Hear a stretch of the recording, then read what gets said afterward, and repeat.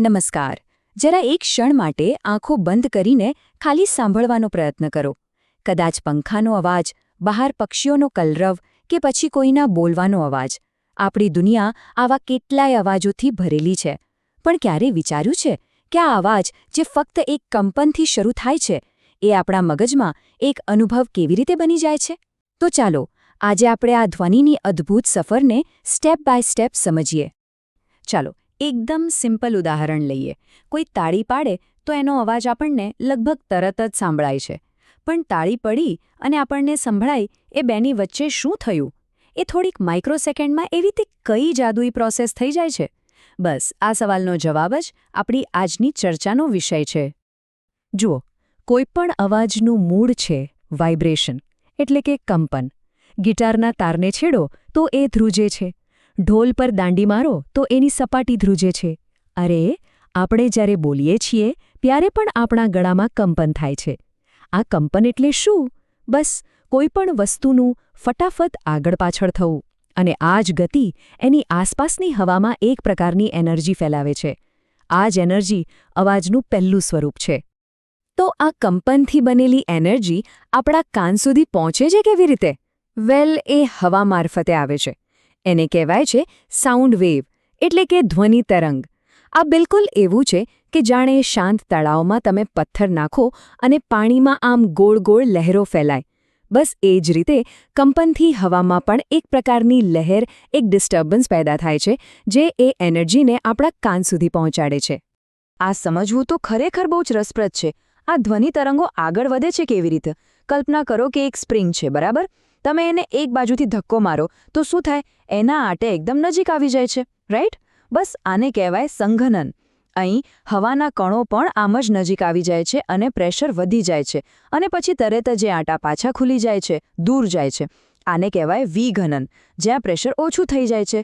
તો બસ આવી રીતે જ કમ્પ્રેસ રિલીઝની એક આખી ચેઇન બનાવીને અવાજ હવામાં ટ્રાવેલ કરે છે. તો હવે ધ્વનિ તરંગો હવામાં મુસાફરી કરીને આપણા સુધી પહોંચી ગયા છે. અહીંથી શરૂ થાય છે આપણા કાનનું અસલી કામ. અને આ સફરનો પહેલો સ્ટોપ છે આપણો બાહ્ય અને મધ્ય કાન. એમનું મુખ્ય કામ છે આ અવાજને પકડવો અને એને એમ્પ્લિફાય કરવો, એટલે કે મોટો કરવો. આપણો કાન છે ને, એ કુદરતની એક જબરજસ્ત એન્જિનિયરિંગ ડિઝાઇન છે. એના મુખ્યત્વે 3 ભાગ છે.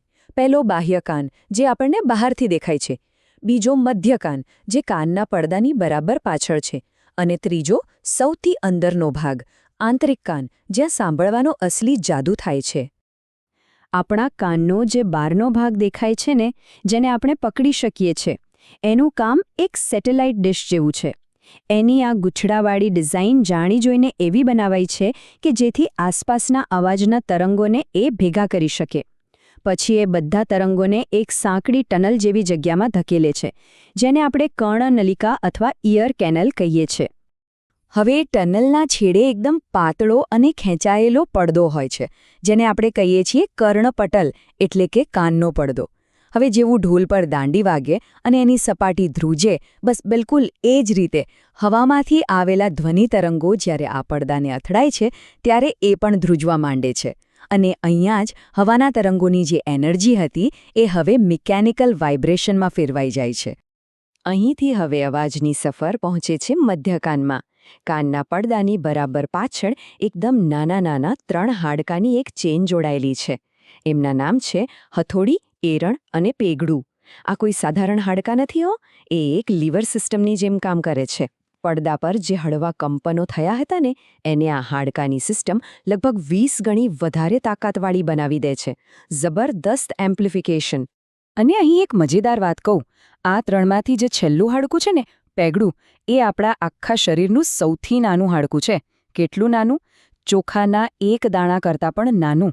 જરા વિચારો તો, આટલું નાનકડું હાડકું આપણી સાંભળવાની આટલી મોટી પ્રોસેસમાં કેટલો મહત્વનો રોલ ભજવા છે. કમાલ છે ને? તો અત્યાર સુધીમાં ધ્વનિના કંપનો એકદમ શક્તિશાળી બની ગયા છે. હવે આ સફર એના સૌથી જટિલ અને કહી શકાય કે રહસ્યમય તબક્કામાં પહોંચે છે, એટલે કે આંતરિક કાનમાં. આ એ જગ્યા છે જ્યાં મિકેનિકલ વાઇબ્રેશન હવે ઇલેક્ટ્રિકલ સિગ્નલમાં બદલાશે. એવા સિગ્નલ જેને આપણું મગજ સમજી શકે.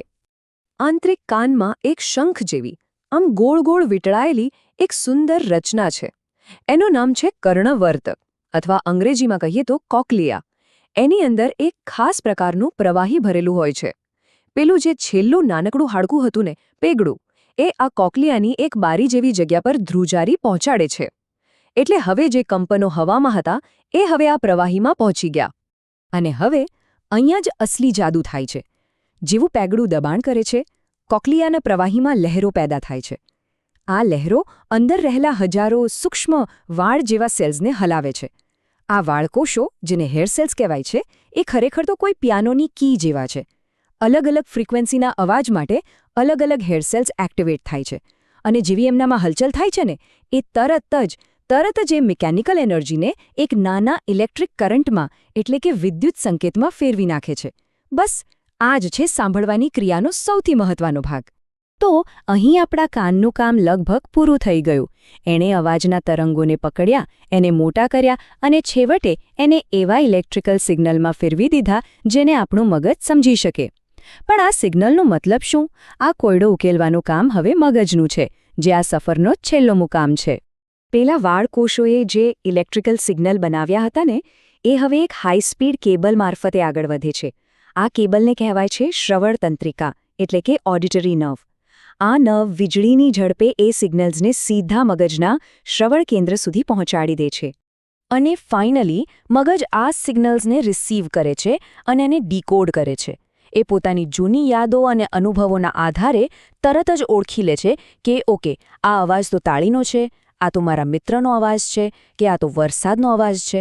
જો મગજ આ અર્થઘટન ન કરે ને, તો કાનમાંથી આવેલા સિગ્નલ્સ ખાલી શોરબકોર જ બનીને રહી જાય. તો ચાલો આ આખી અદ્ભુત સફરને ફટાફટ રિવાઇન્ડ કરીએ. હવામાં કંપન થયું અને તરંગ બન્યા. બાહ્ય કાને એને ભેગા કર્યા, મધ્ય કાને કંપનોને શક્તિશાળી બનાવ્યા, આંતરિક કાને એને ઇલેક્ટ્રિકલ સિગ્નલમાં ફેરવ્યા અને છેલ્લે આપણા સુપરકમ્પ્યુટર જેવા મગજે એ સિગ્નલને ઓળખીને આપણને સાંભળવાનો અનુભવ કરાવ્યો. સિમ્પલ, પણ કેટલું જટિલ. પણ સવાલ એ છે કે આ બધું જાણવું શા માટે જરૂરી છે?